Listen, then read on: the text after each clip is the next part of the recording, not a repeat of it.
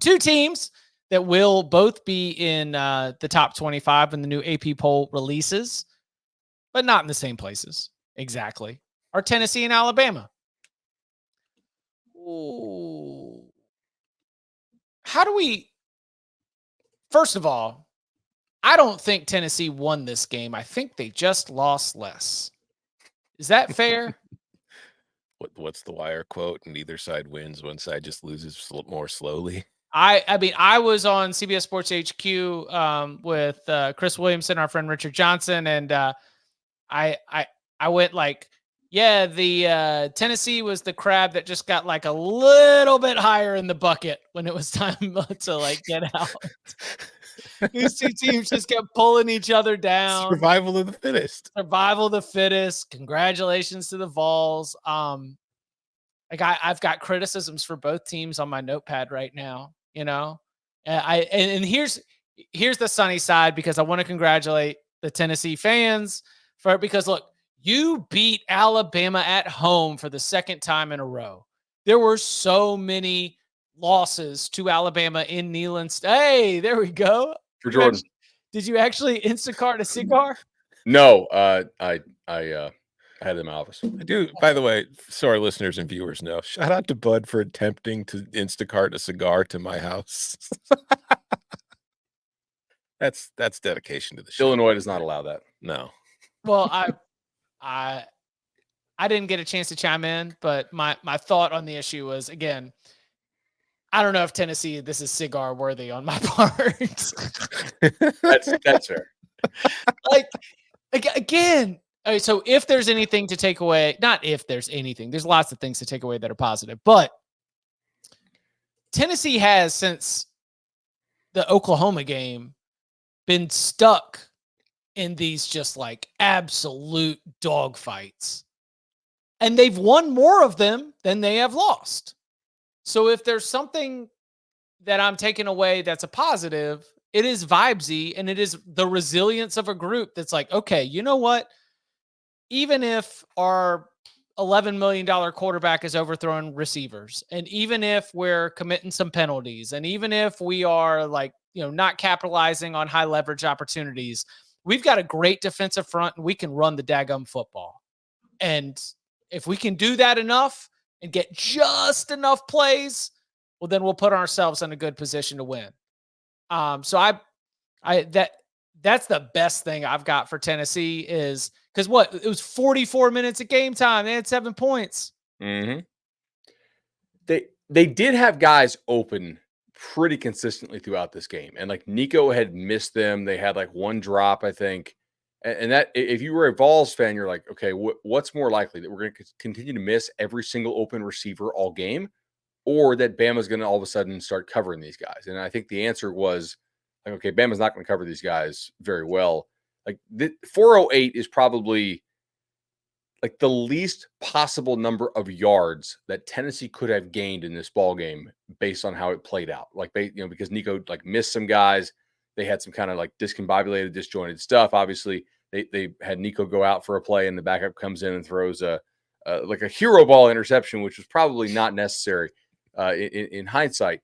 But like most of the teams who have played Alabama this year, Tennessee had guys open consistently. Bama does not really cover guys very well this year. And, what was weird is, like, instead of hitting the wide open guys, Nico scrambled around and made some awesome throws, like in tight window throws, and like dropping in a bucket. It was like, okay, that's encouraging. If you can get the simple stuff fixed, like just the hit the wide open guy, maybe you're okay there. Also, if your defense holds Alabama to 314 yards on 79 plays, you're going to have a lot of cracks at this thing, man. And they did. Like, they just kept getting the ball back because Bama, they weren't hitting the huge explosives for the most part. I mean, what was their long pass play of the day is 28 or 28 or 26? 28. Like, I mean, that's pretty insane, right? I don't know. So 18 targets for Ryan Williams. He has 8 catches on the day. Like, Jalen Milroe played bad. Yeah. Yeah. Kind of felt like they were just trying to keep hitting the easy buttons.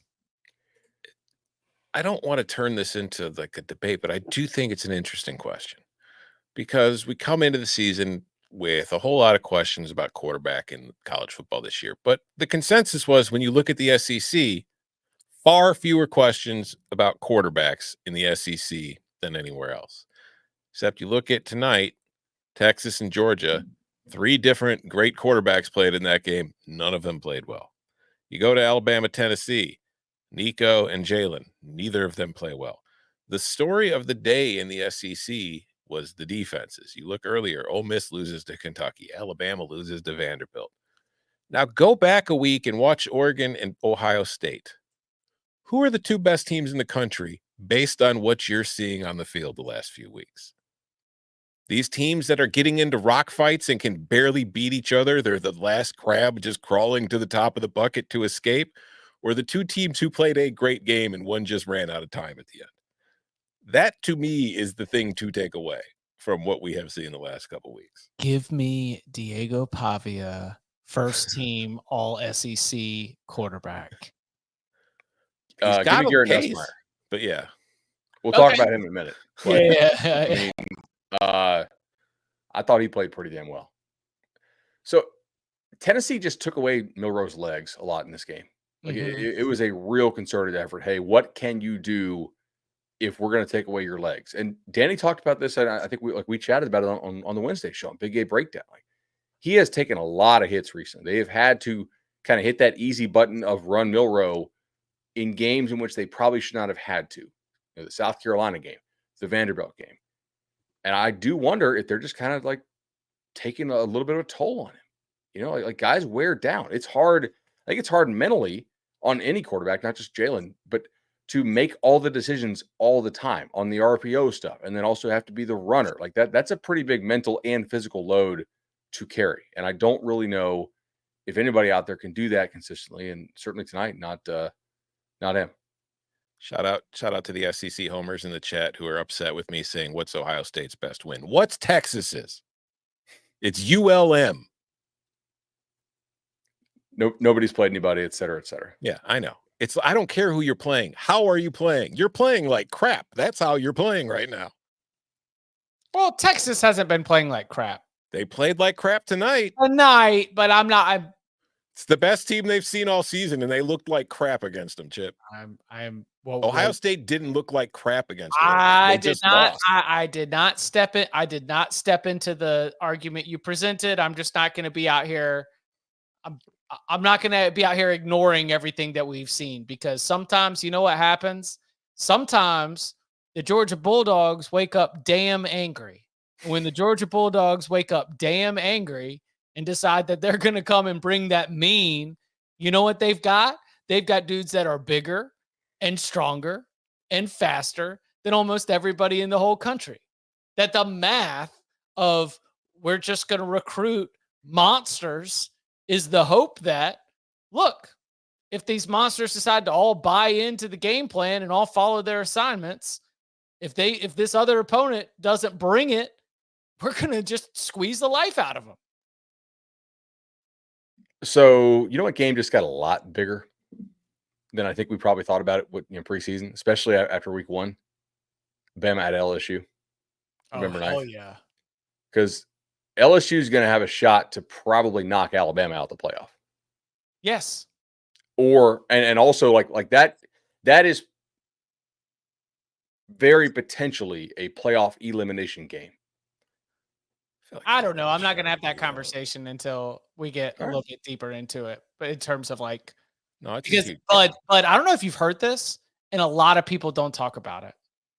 But the thing about a 12-team playoff is that you have to put 12 teams in the playoff. And they're not measured against what you think a playoff team should look like. They're only measured against each other. And so if teams continue to take losses and they continue to beat each other up and loss counts increase, then all of a sudden your little playoff elimination game ain't a real elimination game. The thing about a 12-team playoff is that there's 7 at-large bids. We used to have 4 teams in the playoff. We've got damn near double that, just like handing them out as freebies. And you got to think 4 of them are already claimed by Indiana, Army, Navy, Like, and Iowa State. I am not ready to say playoff elimination game until we get a little bit deeper into the season, because our idea of what a playoff team is not real, because we've never had a 12-team playoff before. So that's fair. Yeah, Alabama's got this next week. Wait, not this next week off.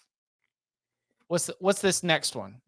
Bama has Missouri. And then they're off. Missouri, and then they're off. That's it. Yeah. Mm-hmm. They need that so badly before that LSU game. Mm-hmm. Well, if they lose to Missouri, they're done. They're not losing to Missouri. All right, print it. Put it in the promo, Mizzou. They could lose to Missouri. I mean, like they're not so awesome that it's just a foregone conclusion. What's that spread? That spread's not going to be 20. No. You know, like Bama's not playing like a 30, and I mean, you don't think that maybe Missouri could find ways to scheme open guys against this secondary? I mean, I don't. It's possible. Like, I don't think it's likely, but it's certainly possible. Yeah, like Alabama at its best is very good, but when it's not at its best, it's pretty average-ish. The floor is a little bit lower than normal. Yeah. I mean, first time since 2007, they have 2 losses before November. They needed Brady What happened Cook in 2007, by the way? They needed Brady Cook to be Willis Reed to be able to come out and beat Shout Auburn. out Brady Cook. You know, like, busting out of the hospital to get back to the stadium. He went to the hospital and came back. And that's what it took to beat Auburn. And you're going to pick that team to beat Alabama? Auburn had a team's opposing QB in the hospital and still couldn't win the damn game. That's also an underrated storyline. Like, you put that guy in the hospital and he came back and beat you. We haven't even gotten to the super angry fan bases, but Auburn, yeah, the Auburn experiment's not great right now.